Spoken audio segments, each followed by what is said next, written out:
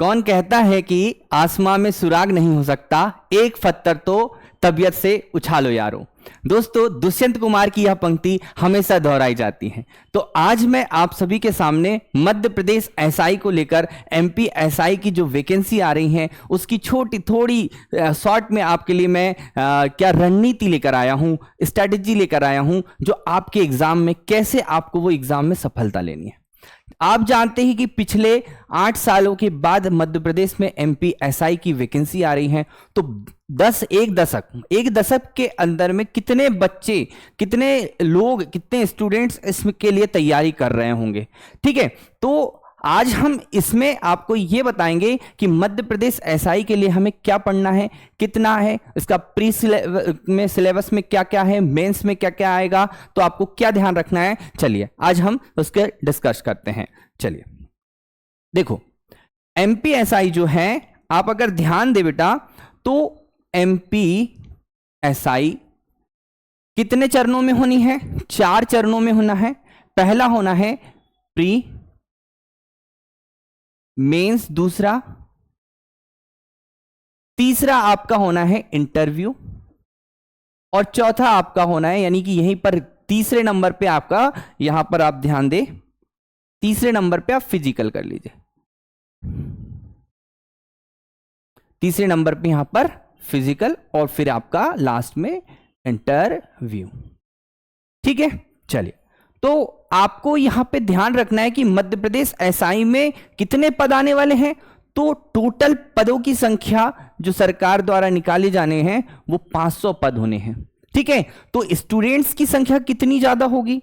ठीक है, प्री में बहुत सारे स्टूडेंट्स होंगे, मेंस में बहुत सारे, कितने? तो 10%, यानी कि आपको याद रखना है कि इसका 10 गुना ही लोगों को इसमें शामिल करेंगे, तो 500 से 5000 स्टूडेंट्स को मेंस में शामिल करेंगे, और ये क्वालिफाई होकर फिजिकल और फिर इंटरव्यू तक के पहुंचेंगे। ये आपको ध्यान रखना है।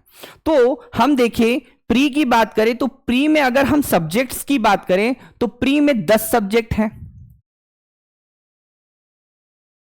और ये 10 सब्जेक्ट में कौन कौन से हैं अगर हम देखें तो आपका विज्ञान, साइंस, इतिहास, भूगोल, संविधान,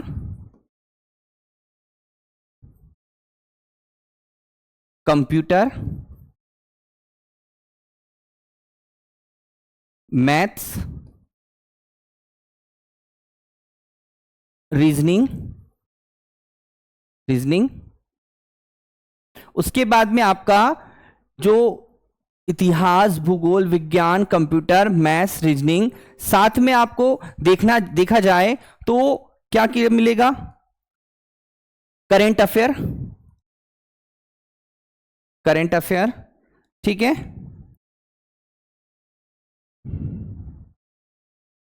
ठीक, करंट अफेयर के साथ साथ 2 हमारे सब्जेक्ट वो हैं लैंग्वेज सब्जेक्ट, जिसमें एक आएगा हिंदी और एक होगा आपका इंग्लिश। ठीक, इतने सब्जेक्ट जो है ये हमारे प्री में है। ठीक है, प्री के इन सब्जेक्ट्स में अगर हम देखें, कॉमन सब्जेक्ट को देखें, तो कॉमन सब्जेक्ट जो मेंस में है, आपको मेंस की स्ट्रेटेजी मैंने आपको बताया था कि मेंस में 2 पेपर होने हैं। ठीक है, 300 नंबर के, 300 नंबर का एक पेपर, 300 नंबर का 2 पेपर होना है, और इनमें भी खंड बटे हुए हैं 150 इस तरह से यहां पर पेपर होना है। तो आपके मेंस में वेटेज किन किन सब्जेक्ट्स का है वो भी ध्यान देना है। तो हमें प्री की तैयारी कैसे करना है कि प्री के ये सभी सब्जेक्ट्स को टॉपिक वाइज हमें पढ़ना है।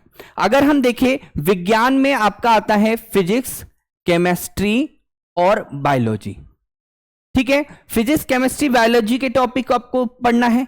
ठीक, उसके बाद इतिहास, भूगोल, संविधान, current affair, computer, maths, reasoning और हिंदी, इंग्लिश को पढ़ना है। ठीक है, तो जो आपके मेंस में, जो आपका मेंस है उसमें जो कॉमन सब्जेक्ट है उसको अगर हम देखें, तो मेंस के कॉमन सब्जेक्ट को अगर हम देखें तो कुछ इस तरह से आपको ध्यान रखना है। क्या? मेंस के कॉमन सब्जेक्ट को देखें तो चलिए, मेंस के कॉमन सब्जेक्ट में आता है आपका सबसे इंपॉर्टेंट सब्जेक्ट जो है वो अगर देखें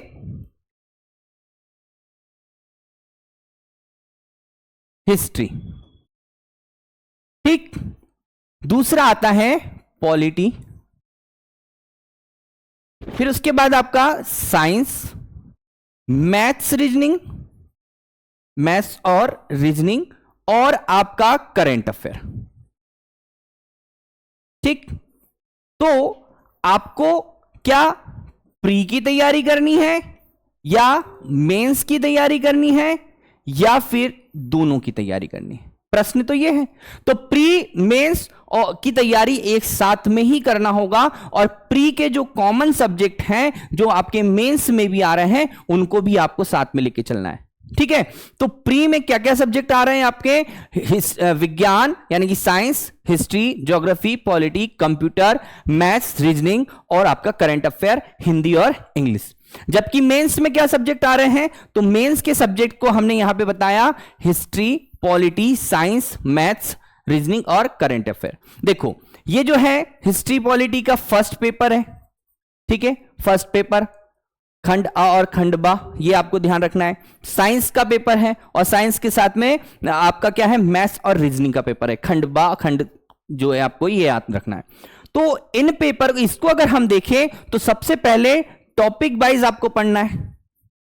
टॉपिक वाइज जो है आपको क्या है? क्लास लेना है। दूसरा आपको क्या करना है कि एमसीक्यूज लगाना है, ठीक। आपको ऑब्जेक्टिव लगाना है। क्या लगाना है आपको ऑब्जेक्टिव लगाना है, ठीक।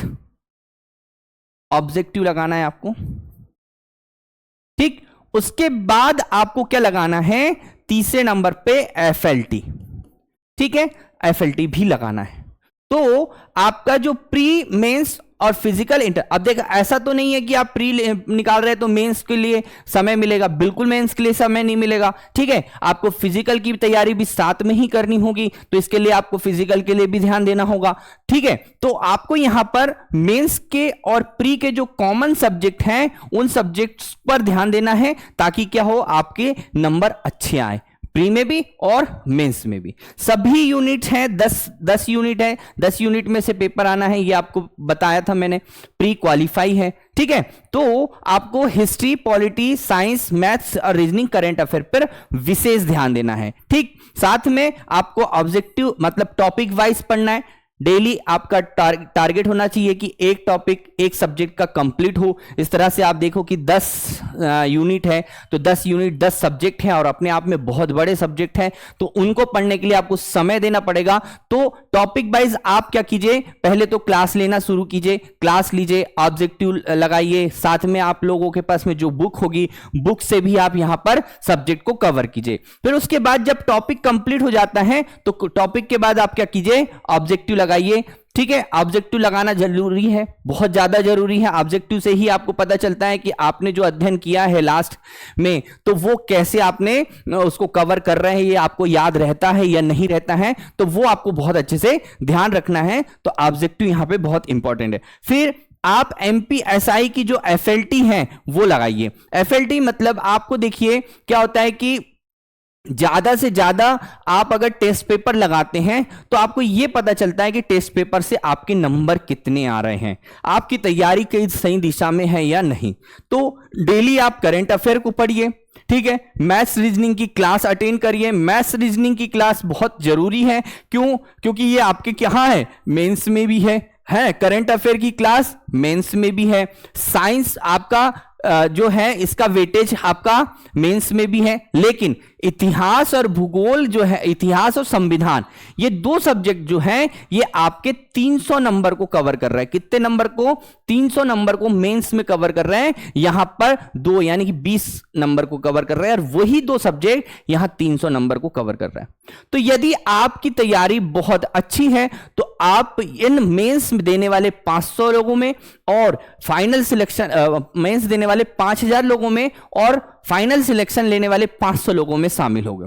उसके लिए आपको क्या करना होगा, सबसे पहले टॉपिक वाइज अध्ययन करना होगा, ऑब्जेक्टिव लगाना होगा और एफएलटी भी आपको लगानी होगी। ठीक है, तो आपको हमने बताया कि मध्य प्रदेश एसआई के लिए हमने रक्षक बैच स्टार्ट किया है। इस रक्षक बैच के अंतर्गत आपको सारे सब्जेक्ट्स पढ़ाए जाएंगे, साथ में आपको ऑब्जेक्टिव एफएलटी ऑब्जेक्टिव के भी पढ़ाए जाएंगे, साथ साथ में आपको एफएलटी भी लगवाई जाएगी। ठीक है, तो आप इस बैच को ज्वाइन कर लीजिए, रक्षक बैच के नाम से है ना। एग्जाम ओरिजिनल के यूट्यूब चैनल पर आप आकर देख लीजिए। ठीक है, आपको शाम को 7 बजे से 8 बजे तक के अभी कंटिन्यू एमपी की क्लास लग रही है, जो एमपी एसआई के लिए बहुत इंपॉर्टेंट है। ठीक है, तो बहुत बहुत धन्यवाद आपका। आगे के लिए हम मिलते हैं नेक्स्ट कक्षा में। धन्यवाद, नमस्कार।